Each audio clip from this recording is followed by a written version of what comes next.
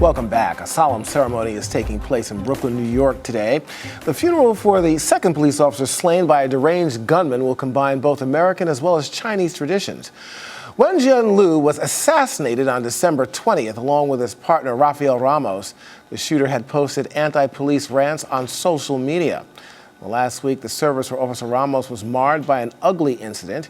New York City police turned their backs as Mayor Bill de Blasio got up to speak, at least some of them.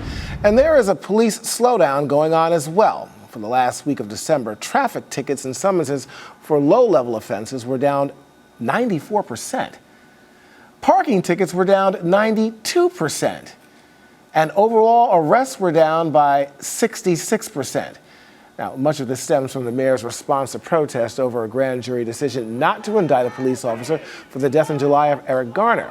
Police union leaders insist de Blasio is too sympathetic to anti-police sentiment.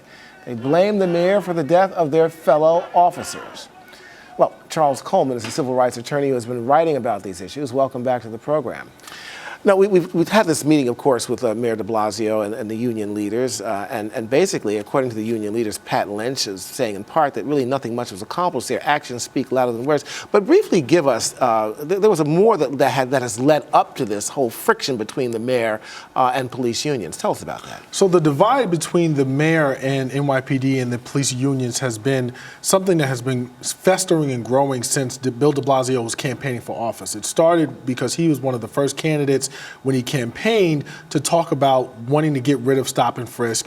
As a member of city council, he supported the Community Safety Act, which was basically an act which outlawed stop and frisk, but also allowed individual citizens to sue police officers whom they believed had racially profiled them in that way.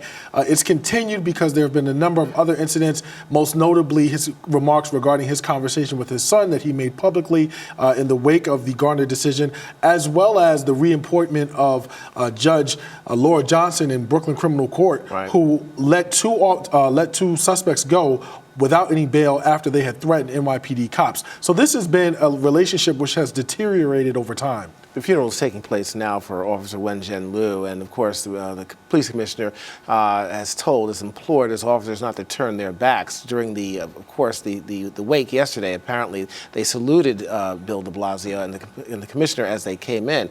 We're hoping that perhaps that might be the same today. But you know what you also have here is this also mix of black officers in this. You know, and where do they fit in to this whole scenario? Well, I think, Julian, that's a cultural question. When you talk about the culture of NYPD and police culture at large, I feel like black officers and officers of color are really caught in a tight position because for many of them, it's actually easier to sort of just go along with the rank and file because of their individual situations than it is to stand out and, you know, in their minds, do what's right. I think many of them feel like, you know, to stand and turn their backs on the mayor, to turn their backs on Commissioner Bratton is disrespectful, not only to the mayor, but to the millions of New York City residents that he represents. Well, I'll tell you what, you know, this will probably play out over the next few weeks or perhaps even months here and see if there's any kind of resolve between the unions and, of course, the mayor, Bill de Blasio, who's somewhat also a tempest in a teapot right now. And, of course, we're going to have you back to talk about that as the situation arises. Charles Coleman, thank you so much, sir. Absolutely. Thanks for having me. All right.